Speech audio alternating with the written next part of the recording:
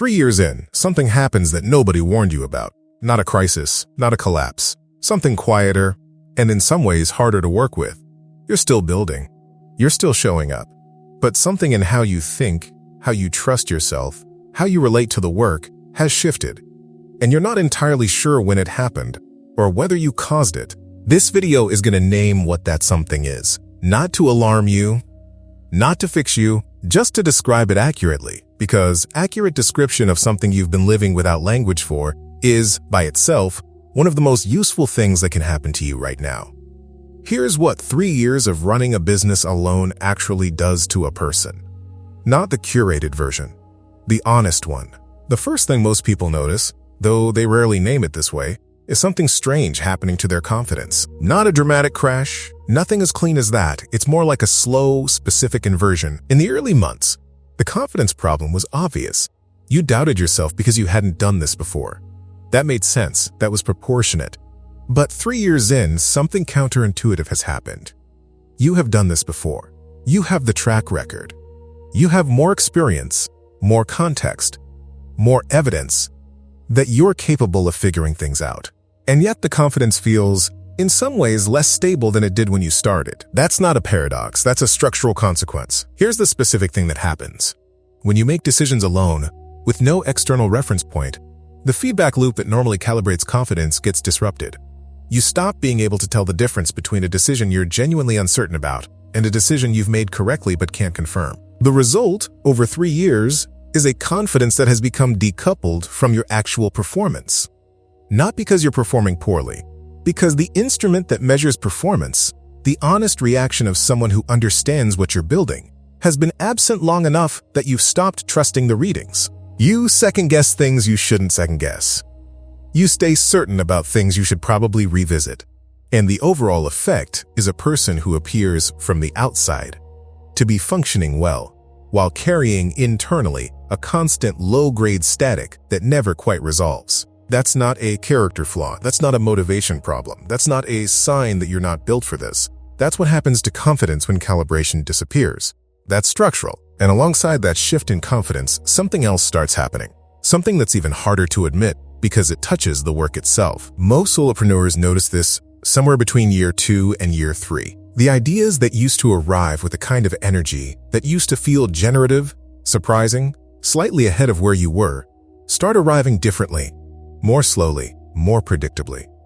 Sometimes not at all. And the internal explanation is usually something like, I'm less creative than I used to be. I've run out of good ideas. Maybe this is just what happens when the novelty wears off. Here's the honest version of what's actually happening. Research on how thinking works, specifically on what cognitive scientists call distributed cognition, consistently shows that human reasoning was never designed to run solo. The sharpening of an idea happens in contact with other minds. The risk in a plan gets surfaced when someone who isn't invested in it looks at it without your assumptions. The creative leap happens more reliably when there's friction, when someone pushes back, asks the question you didn't think to ask, or takes the idea somewhere you wouldn't have taken it alone. 3 years of operating without that friction doesn't make you less capable. It means your thinking has been running in a closed loop long enough to start circling. The ideas feel less sharp because they haven't been sharpened. The risk calibration has drifted because nothing has tested it. The creative range has narrowed because you've been the only voice in the room for long enough that the room has started to shrink. This is not permanent. This is not who you are. This is what happens to any thinking system that operates in isolation long enough to adapt to it. And the first move before any tool, any framework, any system is simply knowing that the mechanism exists. Because once you can see it, you can stop explaining it as a verdict about yourself. The third change is the one that's hardest to talk about. Because it's not about the work, it's about who you've become in relation to the people around you. 3 years of carrying weight that no one in your immediate life can fully witness does something specific to the way you show up outside the business. You become, in a very particular way, harder to reach. Not cold, not unkind, just operating at a depth that the people around you don't have the context to follow.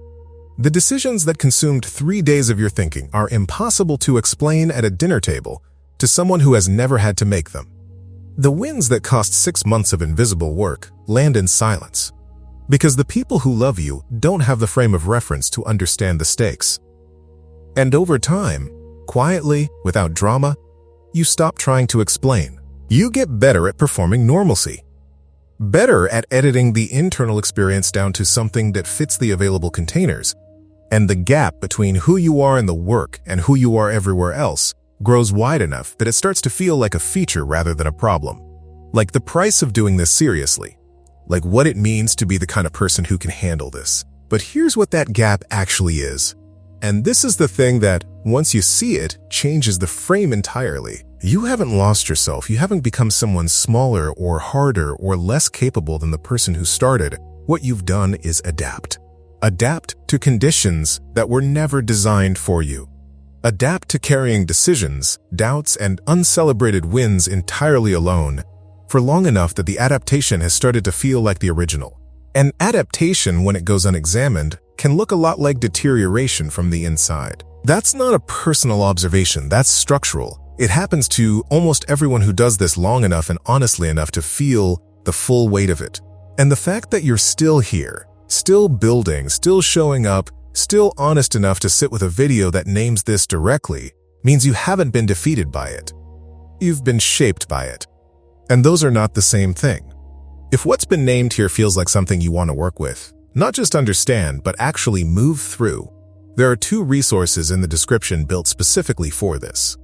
One is a practical field guide to the specific psychological pressures of long-term solo operation. The other is a 7-day written program for separating performance from identity and rebuilding the internal confidence that doesn't depend on external confirmation. Both are there if this opens something you want to go deeper on. There's a question worth sitting with after everything that's just been named. If you've recognized yourself in what's been described, the confidence drift, the narrowing thinking, the widening gap, what does recognition actually do?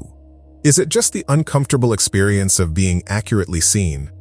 Or does it change something real? The honest answer is, it depends on what you do with it. But here's the specific thing that changes immediately, just from having accurate language for the experience. When you don't have language for something, your brain defaults to the nearest available explanation. And for most solopreneurs, the nearest available explanation for confidence erosion, creative narrowing, and identity drift is a story about capability.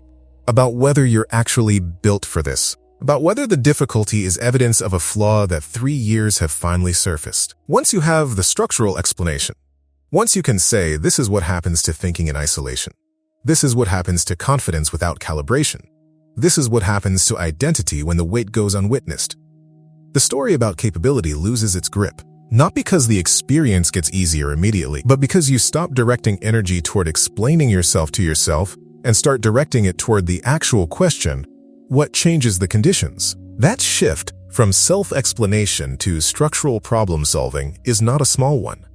It's the difference between someone who is quietly managing deterioration and someone who understands what they're actually working with. What 3 years of running a business alone actually does to a person is not a secret. It's not random. It's not unique to you. It's a pattern, specific, predictable, and workable, that almost no one names directly, because the culture around this path has been more interested in the highlight reel than in the honest inventory. This was the honest inventory. And the fact that you stayed with it is already a different move than the one you made yesterday. What high-functioning solo operators actually do, with the knowledge that the conditions are shaping them, is not pretend the conditions don't exist. It's build deliberately around what they know. A thinking partner relationship. A peer who understands the stakes. A structure that interrupts the closed loop before the adaptation calcifies into something harder to work with. One move at a time. If this opens something you want to go deeper on, the resources in the description and the pinned comment are built exactly for where you are right now. They're the natural next step from here. And before you go, what was the first moment you noticed something had quietly shifted? In your thinking, your confidence, or who you are outside the work? Leave it in the comments. That question is worth answering, even just for yourself. Going solo wasn't a mistake. The difficulty isn't evidence against the choice. It's evidence of what the choice actually asks, at a level that the entrepreneurship culture almost never talks about, because the entrepreneurship culture has never been particularly interested in what happens after the launch, after the first year, after the honeymoon phase burns off, and you're left with the actual experience of this path rather than the imagined version of it. What the actual experience includes, what 3 years actually does, is a specific kind of reshaping. Your confidence learns to operate without calibration. Your thinking learns to run without friction. Your identity learns to carry weight that nobody witnesses. And all of that learning is real. All of it costs something real. None of it means you made the wrong choice. The solopreneurs who stay on this path and build something that lasts are not the ones who escaped the reshaping. They're the ones who eventually looked at it clearly, who stopped explaining the difficulty as evidence of incapability and started treating it as information about the conditions. Who built, slowly and without fanfare, the specific structures that interrupted the closed loop.